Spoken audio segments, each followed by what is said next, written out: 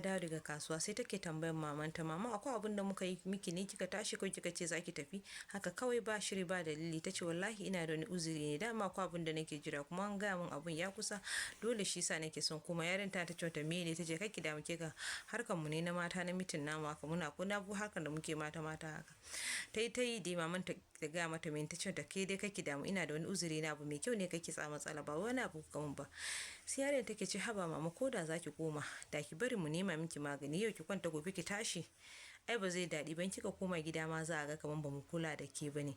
Sai ta ce to ranar Allah ya taimaka mamma tana dan jin sauki. Ta ce kin gani yau ina kwance ne ai yanzu na ji saukin Allah yadda, bare ma in na koma gida akwai maganoni irin namu na gargajiya zan je in nema in sha, tunda na asibitin baya yi in Allah ya yadda za a samu dace a na gargajiya.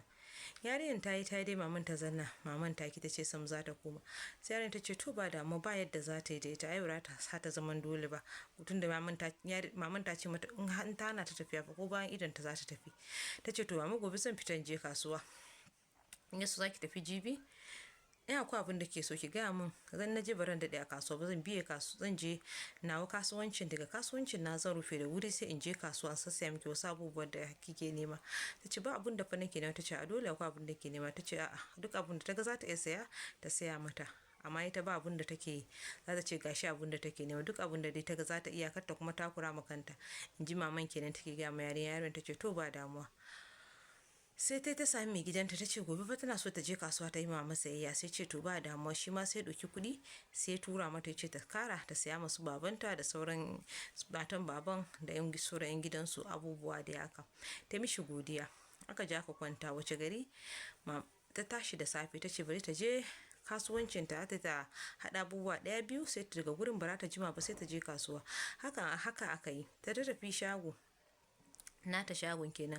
Ta ce za ta yi ta duba abubuwa kaɗan kafin ta je ta yi mamanta sayayya kenan ba.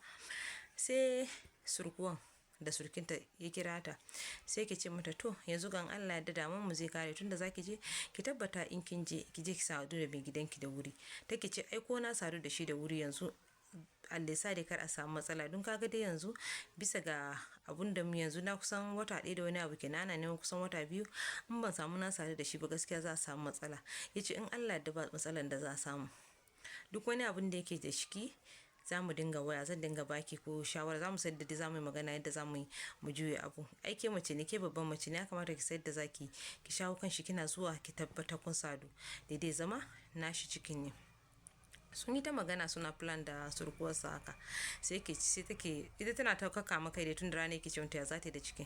Sai rike hannunta sai jawo ta kusa sai na shashafe hannunta cewa ki hakuri fa da abin da na miki. Ta ce ba damuwa ai ka so ka nuna min kalan ka. Ta ce yace mata wallahi ranan na gigice ne. Ya fara shashafe hannunta kuma ta ce a kar ya fara wallahi ta bata so, tunda yana so ya canja mata ido ne. Sai fara bata hakuri ya sake rike hannunta ya jawo ta kusa dai na ce gaskiya ta yi hakuri da abin da ya faru, bai niyan mata haka ba kaza. Daga haka ya fara shashafe jikinta ya jawo ta kusa ya sa hannunsa a kirjinta ya fara shashafe nononta. Tana cewa a wallahi kare haka gaskiya ita kan bata so, tunda haka ne zai mata. Ya ce mata wallahi ta hakuri, lallaba ta da ta mata zakin baki. Haka ya fara tattaɓa kirjinta, daga tattaɓa kirjinta ya ɗaga hijabinta ya jawo ta kusa yana ta tattaɓa ta tana ce ba ta so ya daga riganta ya cire rigan ya kama bakin sai sa ɗayan nono yana wasa da ɗayan nono, ɗayan yana wasa da ɗayan yana shan ɗayan yana ta wasa da shi. Ta dai bata taba shi ba, ta zanna ta bar shi yana abin da yake so. Da ya ga kan bata kwashi haɗin kai sai ɗauki hannun shi sai saka kan zarmalulun sa hannunta kenan. Ita kuma ta ja hannunta kan zarmalulu sai ta fara wasa da zarmalulun, ta fara tattaba da ƴaƴan gwalagensa tana ta wasa da su, tana ta shafewa tana ta wasa da su.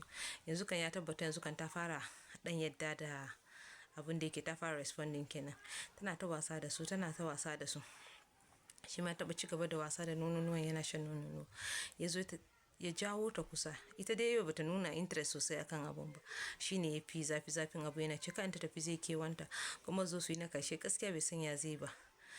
Sai take ce mishi ka manta ni matan mutum ne ko, kana ce na tafi zaka kiwa ni ban san ya zai ba. Ce haba ai ke nawa ne yanzu kaza suka fara shashafe ta yana shashafe ta. Ya jawo ta kusa ta zo ta zanna akan zarmalulunsa suna ta abubuwa daban-daban, tana ta aiki akan zarmalulun ita fa ta zanna a kansa tana ta abubuwa ta gama za ta tafi ce a shi fa bai gamsu ba. Suka dawo suka ci gaba dai suka yi ta rana har suka gaji dun wace gari take maganan za ta tafi. Ta san ta tafi yanzu abu ya kare, shi ma sai yanzu ba za sake haduwa su samu abu haka ba. So suna yi kamar na karshe ne, kamar rayuwarsu dama ya tsaya kan harkar ne. Suka zanna suka yi ta abubuwa da yawa. Ta ce kai bari ta gaji za ta yi ta zanna, ce don Allah ta yi hakuri shi fa bai gamsu ba. Suka dawo suka ci gaba, ya dinga yayi nan su yi style daban-daban da surkuwarsa din kenan. Bayan fa ita ta manta fa yanzu tana da ciki, kawai ta riga ta kaddara cewa yanzu gos ya riga faru sai yadda aka yi kawai. Suka yi ta yi ranar, suka yi ta har suka gaji, sun yi fiye da yadda suka saba don ranar tana jin ma lafiyanta. Suka yi abubuwa sosai daban-daban. Wacce wanda kuma tana bukatar wani abu kamar ta kudi da suka gama, ya zanna ya gogoge jikin shi da ita ta wasa ruwa ta zanna kan babun da ya faru. Sai yake ce mata in tana bukatar wani abu dai ko irin ta kudi ko makamancin haka, ta da wani matsala ta kira shi, amma ta san fi lokacin da za ta kira, kar ta kira lokacin da yarsa na gida balle ta yi zato ko wani abu, kuma kar ta dinga kiran shi akai sai ta tabbata abun sosai ne sai ta kira shi. Banda haka ma zai nemi hanyar da zai dinga tura mata kuɗi in Allah da ba sai ta dinga kiran shi ne don akan kuɗi bane, sai dai ko akwai wani magana ko makamancin haka. Ta ce ba damuwa dai, ta ce shi dai dinga addu'a dai kar abu ya zo ya lalace don gaskiya ita tana tsoron lokaci ya ja. Ya ce in Allah da dai ba abin da zai faru. Suka gama abubuwan su. Bayan su wanka sun shirya, ya shi ka yana so sake ta zo ma sake ta kiwon nan kan. Bayan suna magana, bayan sun je sun goge jiki sun koma, yana so sake yi kuma ta ce ina yanzu kan gaskiya ba za ta sake yi ba, ta gaji. Haka suka zanna kamar ba abin da ya faru. Har yarinyar ta da ta yi musu sayayya sosai, ta shirya abubuwa da yawa, ta siya babanta, ta siya matan baban, yaran da sauran, ta siya mama abubuwa ma da yawa da yake ta mai gidanta ya bata kuɗi da ita ma kuɗin da yake hannunta. Ku biyo mu karo na gaba ku sha labari.